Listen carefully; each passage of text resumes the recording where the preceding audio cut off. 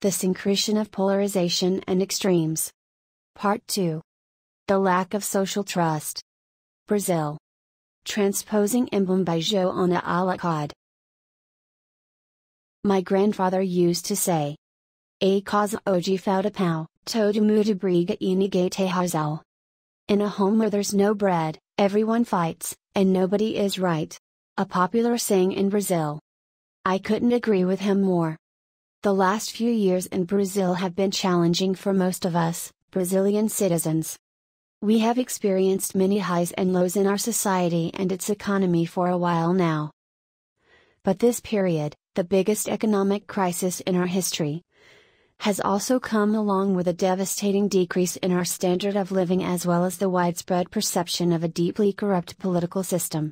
This combination looks terrible on a daily basis, but beyond that, it has also led us to a desperate desire for change, radical change. The Brazilian left-wing Workers' Party, PT, governed Brazil for 14 years.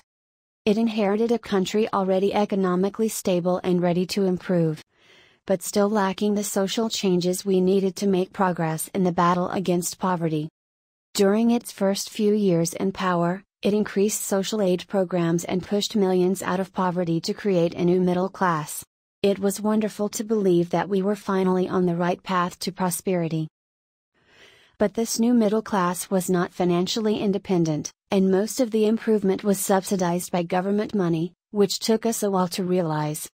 As time passed, huge corruption scandals shook the country, paralyzed the government and the economy, breaking our fragile stability, and leading to the impeachment of a president for bypassing Congress to finance deficit spending by the government. The investigations revealed that popular politicians from many different parties and successful businessmen were involved in bribery, collusion and kickbacks. An outrageous number of Brazilian representatives, 352 of 594, are currently under investigation. The country was ready to riot. Calls for change exploded in 2016, and people took to the streets for the largest protests in our history. Government supporters and their opponents became locked in a permanent battle. At that time the country began to split. Most left-wing PT followers believed and promoted the idea that every person supporting impeachment was an extreme right-wing enthusiast, and this view reinforced the growing polarization. Most supporters of impeachment believed and argued that the left-wing government was truly responsible for unleashing uncontrollable corruption that had co-opted the political system and brought Brazil to the brink of bankruptcy. For now, this is the belief of the majority.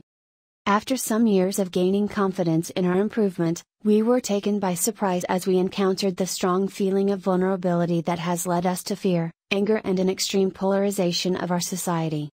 During the turmoil of this last presidential election, some Brazilians, from both sides, began to think that whoever holds a different opinion was a radical opponent, supporting a very destructive political scheme, like an enemy not to be trusted.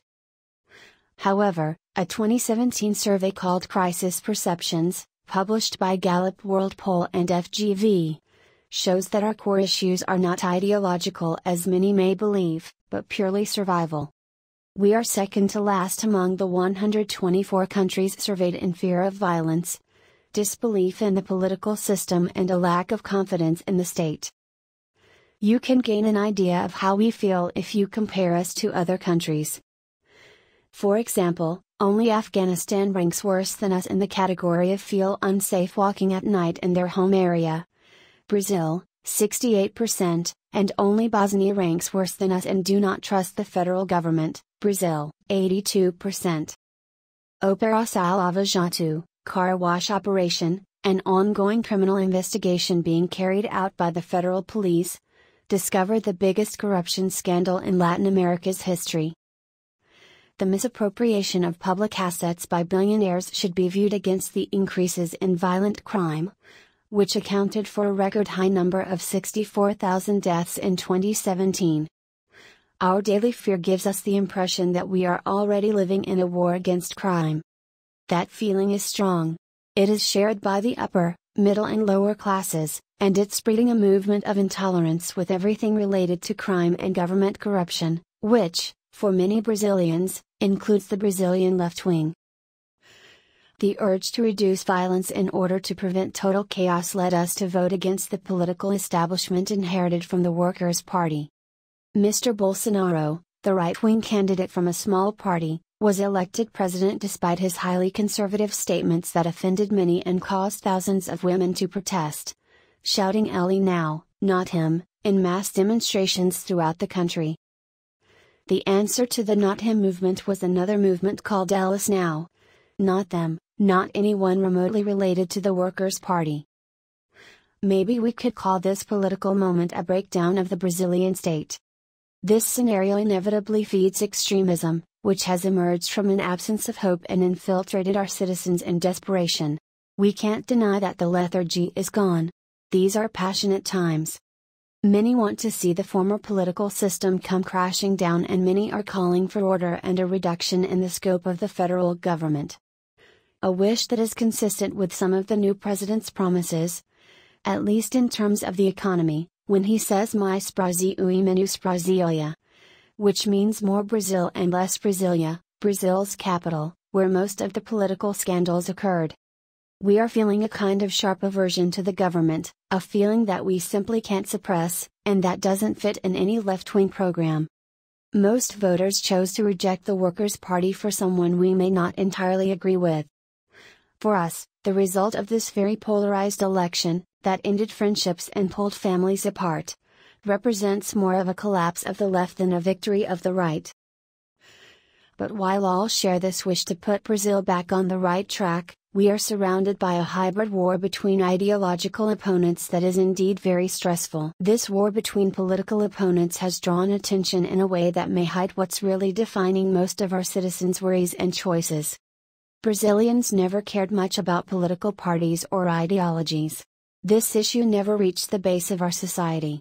That is so true that although the elected president won in every state in 4 of the 5 Brazilian regions, he lost only in the Northeast, the poorest and less educated area of Brazil. This election showed a new record with a 60% increase in invalid ballots. The truth is that this last election was ruled by fear and disgust. Fake news and misleading contents poured out from both sides. The left-wing candidate himself, Mr. Haddad, used national television to accuse Mr. Bolsonaro's vice president, General Mourão, of being a torturer during the Brazilian dictatorship. But Mr. Mourão was only 16 years old and still in school at that time.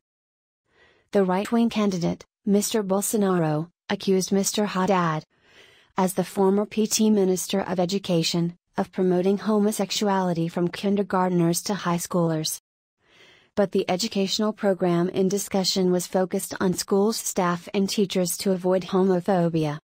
Falsehoods increased hate on both sides and, since social media played a big part in this election, were spread everywhere, turning into jokes, memes and street fights. However, there is a preference for this form of news. Maybe democracy will have to learn how to live with fake news and handle it wisely. Since we are all tired of fancy marketing campaigns and hunger for some spontaneity, even if it's full of slip-ups in speeches, blunders or even awfully disgusting online hate. It's risky, but we prefer it to propaganda, especially after knowing that a lot of money from corruption was used to support expensive re-election campaigns. We'll have to learn how to check what is true and what is not before starting to hate each other for nothing. Nonetheless, in this environment, most voters chose to reject the ruling party for someone we may not entirely agree with. We will see what the result is.